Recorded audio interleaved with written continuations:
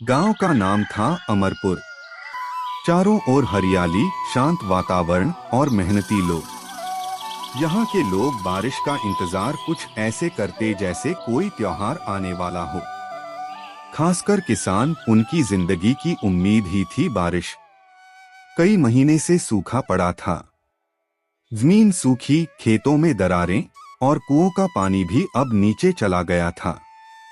मुख्य पात्र छोटा बालक मुन्ना, उम्र 10 साल, भोला भाला और जिज्ञासु। उसका सबसे बड़ा सपना था पहली बारिश में नंगे पांव खेतों में दौड़ना, मिट्टी की खुशबू में भीग जाना और बारिश के पानी से कागज की नाव तैराना। एक दिन मुन्ना सुबह सुबह उठा तो आसमान में काले बादल थे। उसकी आंखों में चमक आ गई। वो भागता हुआ माँ के पास गया। अम्मा, देखो बादल आ गए, बारिश होगी ना आज। माँ मुस्कुरा दी। अगर भगवान ने चाहा तो जरूर होगी बेटा। खेत प्यासी है और हम सबकी उम्मीद भी। मुन्ना ने अपनी लकड़ी की छोटी सी नाव निकाली, जिसे उसने हफ्तों पहले ही बना रखा था। वो बारिश के पानी में उसे तैराना चाहता था। दोपहर तक आसमान और भी गहराने लगा। हवा चलने लगी। गांव के लोग आसमान की ओर देखने लगे और फिर पहली बूंदें टपकने लगी। आ गई, बारिश आ गई। बच्चे चिल्लाने लगे। मुन्ना दौड़ता हुआ खेतों की ओर भागा। वो नाच रहा था, हंस रहा था और पूरी मिट्टी में लथपथ हो गया। उसके पिता रामलाल, एक गरीब किसान, दूर से मुस्कराते हुए उसे देख रहे थे। उनके खेतों में हल्की सी जान आ गई थी। बरसात की हर बूंद उनकी मेहनत को जिंदा कर रही थी। गांव के बुजुर्ग बाबा हरिदास एक पेड़ के नीचे बैठे थे। बच्चे उनके पास आकर बोले, बाबा आ गई, बारिश आ गई। बाबा ने मुस्कुराकर कहा, हाँ बेटा, लेकिन याद रखो, बारिश सिर्फ खुशी नहीं लाती, जिम्मेदारी भी लाती है। मुन्ना चौंका। जिम्मेदारी? कैसी जिम्मेदारी बाबा?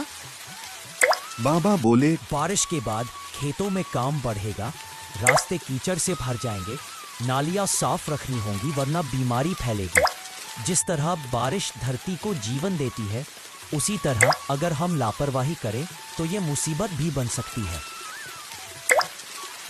बच्चों ने सिर हिलाया, पर उन्हें पूरी बात समझ नहीं आई। अगली रात बारिश तेज हो गई। इतनी तेज कि गांव की नालियां जाम हो गईं। पानी गलियों में भर गया। कुछ गरीबों के कच्चे घर गिर गए। मुन्ना के पड़ोसी शंकर काका का घर भी गिर गया और उनका अनाज भीग गया। मुन्ना और उसके पिता रामलाल ने जब ये देखा तो उनकी आंखें भर आईं। अगले दिन उन्होंने शंकर काका के लिए खाना पहुंचाया और गांव के दूसरे लोग भी मदद को आगे आए। बाबा हरिदास ने बच्चों को इकट्ठा किया और कहा, अब समझे बारिश के साथ जिम्मेदारी क्यों जरूरी है। अगर हम सब ने पहले ही नालियां साफ की होती तो इतना नुकसान ना होता। इसलिए हर मौसम की तैयारी पहले से करनी चाहिए। गांव की एकता। अब पूरे गांव ने मिलकर काम करना शुरू किया। नालियां साफ की गई, पानी की निकासी का रास्ता बनाया गया और टूटे घरों की मरम्मत की गई। मुन्ना और उसके दोस्तों ने बच्चों की एक टोली बनाई, बारिश सेना। उनका काम था कीचड़ में फंसे बच्चों की मदद करना, बूढ़ों को छाता पकड़वाना और जो भी जरूरतमंद हो उसकी मदद करना। गांव में एक नई चेतना आ गई थी। कुछ हफ्तों बाद बारिश रुकी और खेतों में हरियाली उग आई। रामलाल के खेतों में पहली बार इतनी अच्छी फसल दिखी। उन्होंने मुस्कुराकर मुन्ना से कहा, बेटा, ये फसल सिर्फ भगवान की मेहरबानी नहीं, हमारी मेहनत और एकता का भी फल है।